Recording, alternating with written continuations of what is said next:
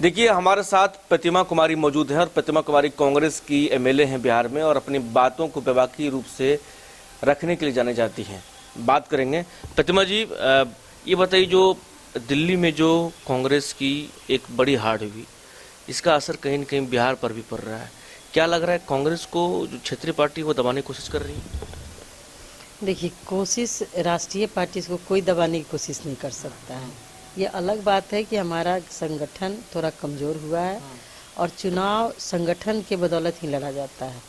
संगठन वो चीज़ होता है जिसमें हमारे कार्यकर्ता सरकार की उपलब्धियों को, जो पार्टी है जिसकी सरकार है उसकी उपलब्धियों को गांव-गांव तक पहुंचाते हैं। कांग्रेस पार्टी ने फूड सिक्योरिटी बिल लाया, जिसका आज नाजायज़ कहिए जायज़ कहिए फ़ायदा बीजेपी उठा रही है। शिक्षा का अधिकार लाया, सूचना का अधिकार लाया, तो ये सब चीज़ें जो है ये कांग्रेस की देन है।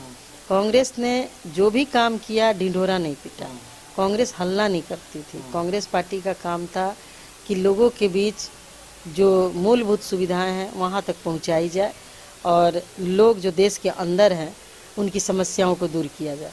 लेकिन बीजेपी का ठीक उसका उल्टा है, हल्ला इतना करेगा कि लोग को लगेगा बहुत कुछ हो रहा है।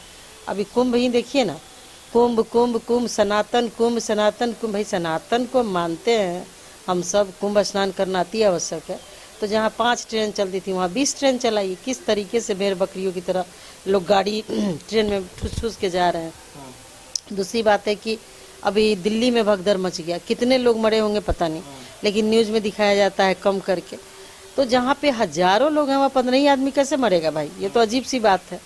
तो कांग्रेस और बीजेपी की तुलना किया जाएगा तो कांग्रेस में और बीजेपी में कोई तुलना करने का कोई जगह ही नहीं है। रही बात इसको कमतर आंकने की किसी भी पार्टी को, तो कांग्रेस को माइनस करके तो बीजेपी की नहीं सरकार चल रही भाई। रोज कांग्रेस का नाम लेना पड़ रहा है बीजेपी को सत्ता में बने रहने। मेरा सवाल ये है, देखिए एक राष्ट्रीय पार्टी हैं आप लोकसभा में सबको साथ लेके चलते हैं, लेकिन विधानसभा आते आते क्षेत्रीय पार्टी एक कांग्रेस को आंख दिखाने लगती है। ये चीजें तो है ना? नहीं, कहीं भी नहीं। देखिए बिहार में, देखिए दिल्ली का केजरीवाल जी किसी के हैं? केजरीवाल जी तो अन्ना हजारे को ले आए गांधी जी बना के, आप लोग तो देखे होंगे। लोकपाल बिल, भ्रष्टाचार, तो काला धन लाएंगे, वो मोदी जी के सेकंड वर्जन है। कहाँ कहाँ से उठा उठा के नेता सबको ले आए, आंदोलन किया। आज तो अन्ना हजारे को पहले वो धोखा दिए, उनके साथ जितने भी जोगेंद्र यादव जी हैं जो सामाजिक न्याय के नेता हैं उनको उन्होंने धोखा दिया। इस तरीके से तमाम लोग हैं जो कि उनके साथ है। साजिया एलमी जी हैं जो पत्रकार थी एबीपी न्यूज की। सब लोगों को लगा कि एक स्वच्छ राजनीति की ये शुरुआत कर रहे हैं, जिसपे कांग्रेस पे उन्होंने आरोप लगाया, साबित किया। आज तक कोई नेता जेल में है, लेकिन आम आदमी पार्टी का 50% नेता जेल के अंदर। इवन केजरीवाल जी को आप भी ये मानती है ना, जो कांग्रेस के साथ कांग्रेस के जो सहयोगी दल हैं उसमें करप्शन है? आप केजरीवाल भी सहयोगी बनी थी, आप आरजेडी को ले लीजिए, आरजेडी भी तो यही करती है, आंख दिखाती है और कहीं न कहीं ये दिखाया जाता है जो कांग्रेस जो है उसके बलबूते पर है। देखिए अब मान लीजिए जिस तरीके से प्रचार हो रहा है देश के अंदर कि 14 के बाद से देश लग रहा है जैसे आज़ाद हुआ है। 14 के पहले लोग गुलाम थे। आज़ादी के पहले की बात कोई नहीं कर रहा है कि आज़ादी के पहले अंग्रेज़ों का क्या दमनकारी नीतियाँ थी और किस तरीके से कांग्रेस पार्टी के जो हमारे दिग्गज नेता थे, जो हमारे स्वतंत्रता संग्राम में जुड़े हुए नेता थे, उन्होंने क्या क्या बलिदान दे करके देश को आज़ाद कराया।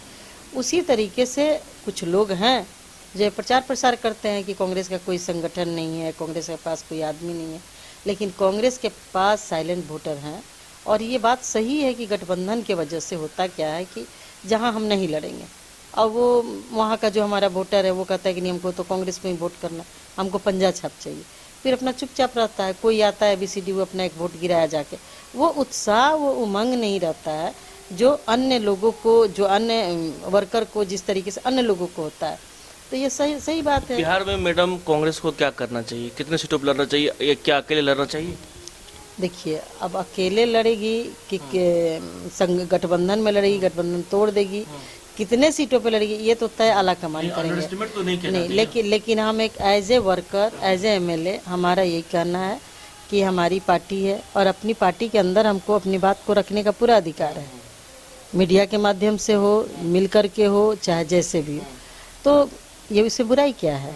हमारा संगठन मजबूत होगा, हमारी पार्टी देश के आप अंदर चाहती हैं जो अकेले कांग्रेस देश के अंदर जो जन विरोधी नीतियां काम कर रही है, जितना मुखर होकर के, जितना मजबूती के साथ हमारे नेता आदरणीय राहुल जी और अब तो प्रियंका जी भी सदन में आ गई हैं, जिस तरीके से वो लोग आवाज़ उठा रहे हैं, कौन आवाज़ उठाता है? कौन आवाज़ उठाता है अभी तक? बिहार में हम क्या चाहते हैं? हम यही चाहते हैं कि हमारा संगठन मजबूत हो। हम पूछना चाह रहे हैं एज ए वर्कर, कांग्रेस के वर्कर अधिक सीटों पे हम लोग लड़े। तो वो तो नहीं हमारी हो पाता पार्टी राष्ट्रीय पार्टी है, हम लोग सम्मानजनक तरीके से अपने कार्यकर्ताओं को इज्जत दे। इज्जत तभी देंगे जब हम अधिक सीटों पे लड़ेंगे। हम इज्जत तभी देंगे जब हमारा संगठन मजबूत होगा। हम इज्जत तभी देंगे जब हमारा कार्यकर्ता और मेरे बीच संवाद होगा। अधिक सीटों पर मैडम तभी न होगा जब आप अकेले लड़ेंगी। अकेले लड़ने की जहाँ तक बात है, ये हमारा सब कुछ तय दिल्ली से होता है, आला कमान। यदि हमारे नेता राहुल जी को लगेगा कि अकेले लड़ना चाहिए, तो हम क्या, दुनिया की कोई ताकत उसको रोक नहीं सकता। 2010 में हम लोग लड़े हैं ना, कौन रोक लिया? तो वो ये सारा चीज़ डिपेंड करता है हमारे आदरणीय नेता राहुल जी पे। लेकिन ऐसा नहीं है कि हम अकेले लड़ेंगे कि गठबंधन में लड़ेंगे, लेकिन हमारा जो ये संगठन है, संगठन को हर हाल में मजबूत करने की अंतिम सवाल है, क्या कांग्रेस कम सीटों पर समझौता करेगी गठबंधन में रहेगी तो? अभी हम कोई पंडित जी हैं कि भविष्यवाणी करेंगे? हम एक राजनीतिक पॉलिटिशियन है, हम एक वर्कर है। हमारा वही काम है जो हमारे नेता का आदेश होगा। लेकिन बिल्कुल, लेकिन एज ए समर्पित वर्कर, क्योंकि देखिए आपके चैनल के माध्यम से बोलेंगे कि सब सीटों पे लड़ना चाहिए, अकेले लड़ना चाहिए, तब कुछ दलाल किस्म के लोग हैं जो किसी पार्टी के नहीं है। वो जो पैसा देता है उसी को वोट गिराता है, तो कहता है कि बीजेपी की दलाल है प्रतिमा कुमारी, बीजेपी का हिमायती है प्रतिमा कुमारी।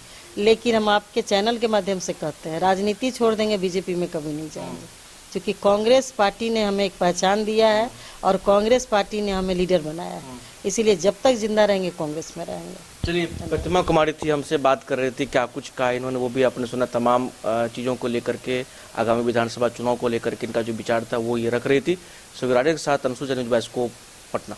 विश्व स्तरीय मेडिकल सुविधाओं से युक्त रांची का देवनिका हॉस्पिटल, जहां है neonatal ICU, burn intensive care unit, modular operation theatre, 24/7 emergency trauma service, multi disciplinary ICUs, emergency care, MRI, CT scan, advance cath lab, fully automated path lab, echo, ultrasound, ultra modular patient beds और pharmacy.